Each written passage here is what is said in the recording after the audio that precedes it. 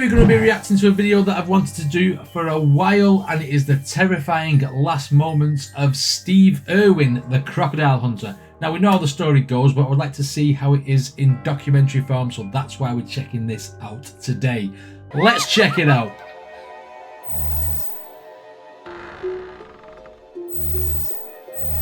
Steve Irwin, by all accounts, is a national treasure, especially in Australia, but I mean, people loved him around the world, so it'd be interesting to see exactly how this transpired on the day. Right, okay, last moments of Steve Irwin, let's go. Few people are as beloved and widely recognized as Steve Irwin. Exactly. The charismatic and passionate 44-year-old was renowned for his enthusiasm and expertise when it came to wildlife and had fans all over the world. He was a wildlife conservationist and a TV personality by nature and spent his entire life documenting the wilderness. Steve Irwin was born into a family of conservationists, his parents, Lynn and Bob Irwin, having started the Queensland Reptile and Fauna Park. As a child, Steve was introduced to animals and became adept at handling them at an early age. His father taught him about reptiles from an early age, which led to his interest in crocodiles. And he passed that on to his son, didn't he, and his daughter and stuff, when they were obviously kids. And he had them around all types of like dangerous animals and stuff. I mean, what I like about Steve Irwin, I saw a motivational quote by him that said that if he made all the money in the world, he would buy more land so it could be conserved for the animals and stuff. Because this guy was like, he just lived and breathed for animals, didn't he? You know what I mean? He's one of the biggest hearts in the world, I think. He was just 9 years old. He started handling crocodiles, and his father supervised when he wrestled his first crocodile. I guess you could say a crocodile family group in the wild. This love for wildlife only grew more fervent when Steve met Terry Raines, a naturalist from Oregon, with whom he had a whirlwind romance. The couple married in 1992, and they had 2 children, Bindi Sue, born July 24, 1998, and Robert Clarence, born December 1, 2003. Director John Stainton suggested filming a documentary about the couple's adventures catching and rescuing crocodiles. This documentary was the first episode of the Crocodile Hunter series, which was picked up by Discovery Communications in 1996 used to watch that, man. I thought it was good. And made Steve an international icon. The Crocodile Hunter ran for an impressive 11 years, and Steve also went on to appear in other shows such as Croc Files and the Crocodile Hunter Diaries, a documentary series that focused on the Irwin family's everyday life. On the 4th of September in 2006, Steve Irwin was in Bat Reef taking a break from his work on Ocean's Deadliest, a documentary he was co-hosting alongside Philippe Cousteau Jr. The weather had been taking a turn for the worse, so filming had been put on hold. Accompanied by his trustworthy cameraman Justin Lyons, Steve set out to discover the oceanic wilderness. This guy didn't give 2 hoots of what he did or how he did it, did he? You know what I mean? He just, like there, he dropped his goggles in water, he just jumped in straight after it. You mean, you're talking about the sea in Australia here, man. You know, there's like box jellyfish, you've got sharks, you've got everything that could kill you in the water. You know what I mean? He just jumps in like he's not bothered. Cameraman Justin Lyons, Steve set out to discover the oceanic wilderness. To top it all, Steve was looking for some breathtaking footage to use in his documentary series, Bindi the Jungle Girl, which his daughter Bindi was set to present. With the sun just beginning to set, they took an inflatable out from the main boat hoping to film something they could use. Steve was in shallow water when he spotted a short-tailed stingray.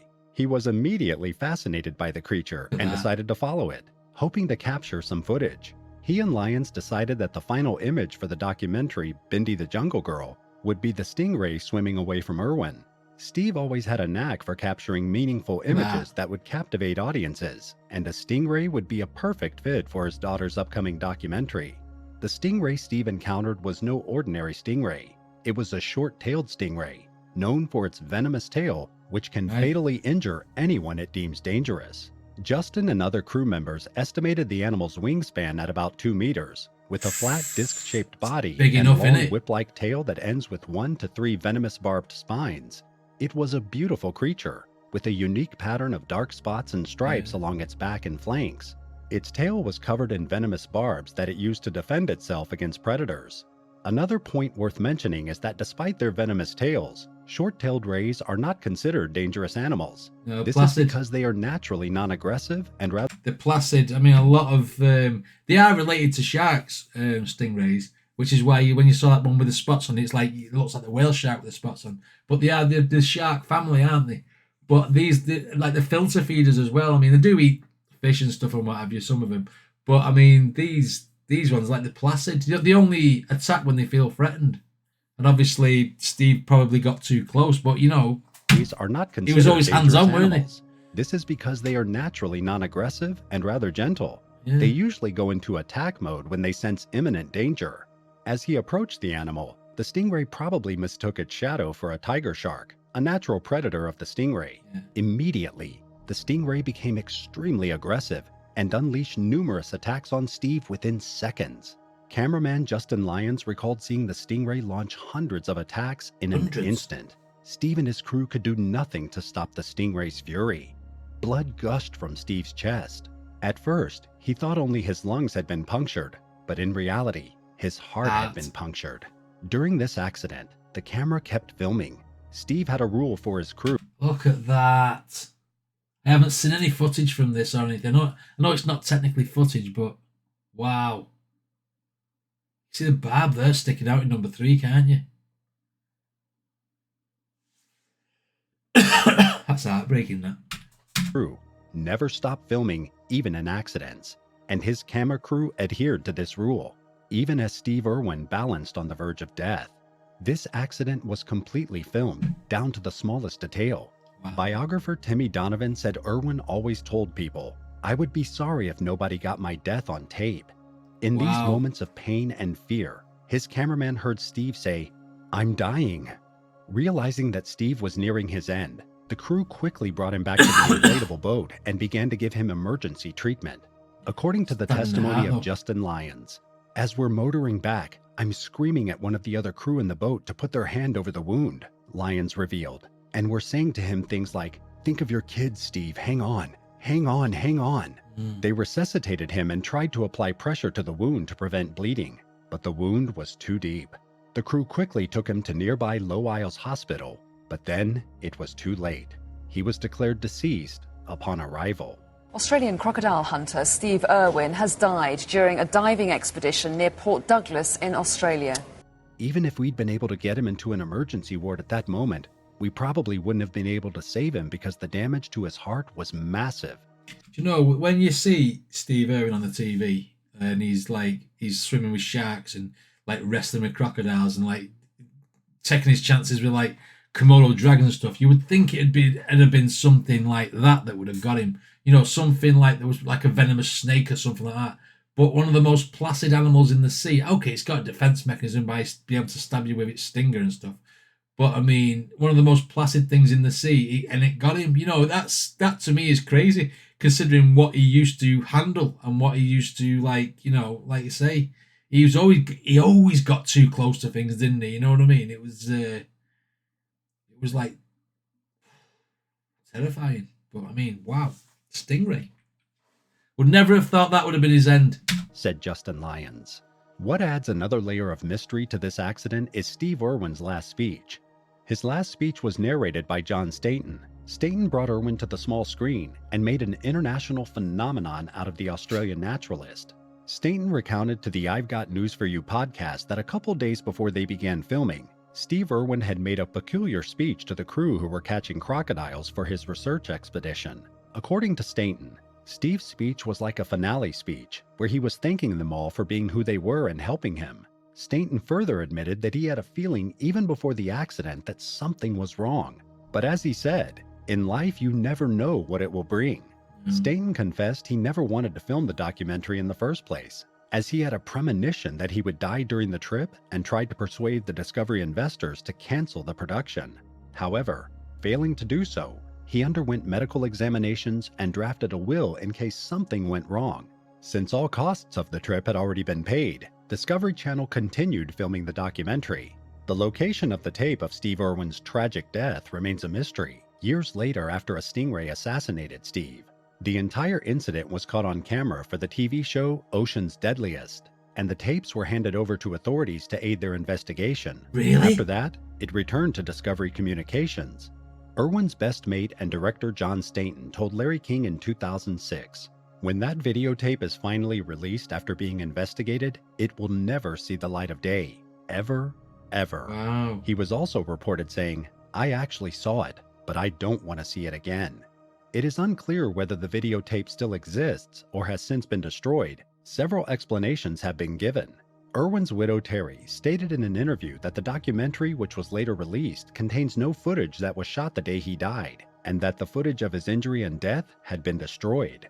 Justin Lyons, the cameraman... Maybe she said that to throw people off so that they don't pursue looking for it, you know what I mean? They obviously want to keep it...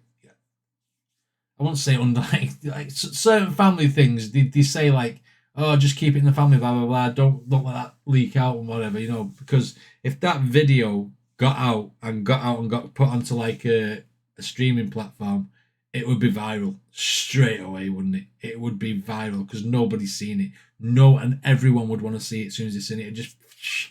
It would get serious numbers. But then that's like not respecting the celebrity or the family to do something like that. But I can see why they said it's been destroyed. Someone's got it somewhere. Someone has got it somewhere, I'm sure. Wow. That the footage of his injury and death had been destroyed. Justin Lyons, the cameraman for the documentary, has said that although footage of the incident does exist, he is against its release. According to reports, Irwin's crew and Discovery agreed to never release the tape. As soon as the public was informed of Steve Irwin's death, everyone went into shock. On September 9th, 2006, that's my a birthday. public memorial service was held at Australia Zoo. Are you really disappearing? Tears ran down the faces of mourners at the public memorial service of Steve, How a many man people whose there? life was dedicated to protecting and educating wild animals. On that day, his daughter Bindi, just 8 years old, poignantly expressed her love for her late father, but also reinforced his conservation mission. My daddy was my hero. He was always there for me when I needed him. He listened to me and taught me so many things, but most of all, he was fun. My daddy was my hero. When I see a crocodile, I will always think of him. And I know that Daddy made this zoo so everyone could come and learn to love all the animals. Daddy made this place his whole life, and now it's our turn to help Daddy, That's nice, she isn't said it? in a trembling voice. After the public memorial service, Steve Irwin was buried in a private ceremony. Terry has stated in the past that the location of Steve Irwin's burial site will not be made public and will remain secret out of respect for the family's wishes. I mean, look at that reef there, Croc's rule. That was what he was all about, wasn't it? The crocodiles was the main thing, sort of thing. Because he was called the Crocodile Hunter, wasn't he? But I mean, what a way to honour him. That's cool. Site will not be made That's public cool. and will remain secret out of respect for the family's wishes. In an interview with Australian television in 2007, she confirmed that only a small group of family and friends know the exact location of his burial site. The documentary Ocean's Deadliest was eventually completed with footage shot in the weeks following Irwin's accident and was Alright. broadcast 4 months later in the United States on the Discovery Channel. The footage of the tragic accident was not included in this Yeah, obviously. documentary, except for a tribute to him at the end. The Prime Minister and leader of the opposition both had condolence speeches that day, while thousands of fans visited Australia Zoo to pay tribute to the man who had devoted his life to the animals. Steve Irwin's exemplary work did not end with his death. His legacy lives on through his family and the Zoo of Australia, which continues to educate people about wildlife and conservation. 2 different species have been named after Steve: Irwin's snapping turtle, or Elsia irwini, and a tree snail called Crikey Steve irwini. His foundation, Crikey Steve Elsia Irwin. irwini, and a tree snail called... What? I mean, okay. called Crikey Steve irwini. His foundations continue to help people and animals wherever they can, Yeah. and his spirit and mission live on in people's hearts. After Steve's untimely death in 2006, Terry took over the operation of the Australia Zoo and continued to promote the zoo's conservation efforts. She has also appeared in various television programs and documentaries, including The Crocodile Hunter Diaries and Crikey, It's the Twins, which she co-hosts with her children Bindi and It's Robert. the IRWIN'S, not the Terry twins. is a strong advocate for wildlife conservation and has worked tirelessly to protect endangered species and their habitats. She has been awarded numerous honors for her work, including the Australian Government Awesome. Centenary Medal in 2001 and the Order of Australia in 2006. Terry continues to promote wildlife conservation and education and is an inspiration to many who share her passion for protecting the natural world. So she's picked up, obviously, where, well, I say she picked up where Steve left off, but she was in it with him, wasn't she? So she's just carried the reins over, hasn't she? Wow. Okay. I mean, what a way to carry his legacy on by doing that.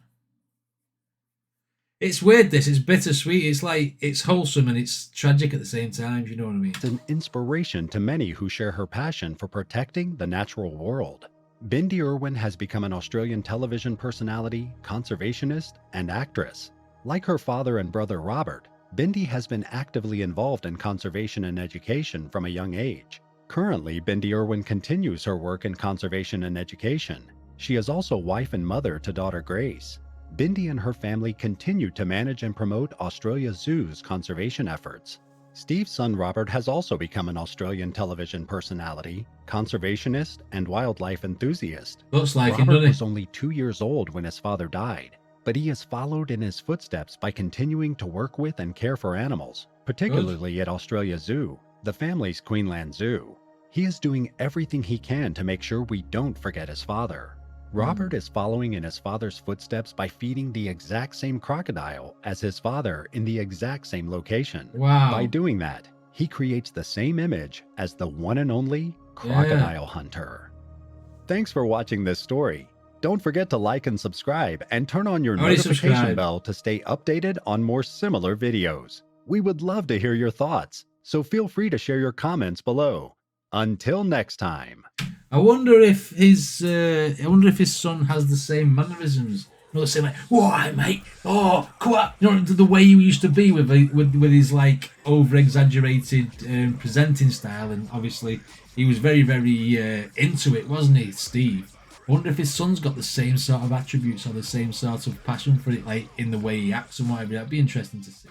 But yeah, that was. I mean, I only heard about this when it happened. I didn't really pursue any sort of backstory or anything. But it's interesting to see, like, obviously, the family carrying on his legacy. Interesting to see the accolades that his wife had accumulated since, obviously, before and after he'd passed on, whatever. And like you say, you got all the son and the daughter carrying on, you know, exactly where he left off. But, I mean, I still can't get over the fact it was a stingray. Because, like I say, all the dead animals out there that he messed with, and it was a stingray that got him. I mean, that to me is like, mind-blowing. That is mind-blowing in my head. Anyway, what did you guys think of this reaction? Let me know in the comments, and I'll see you all next time.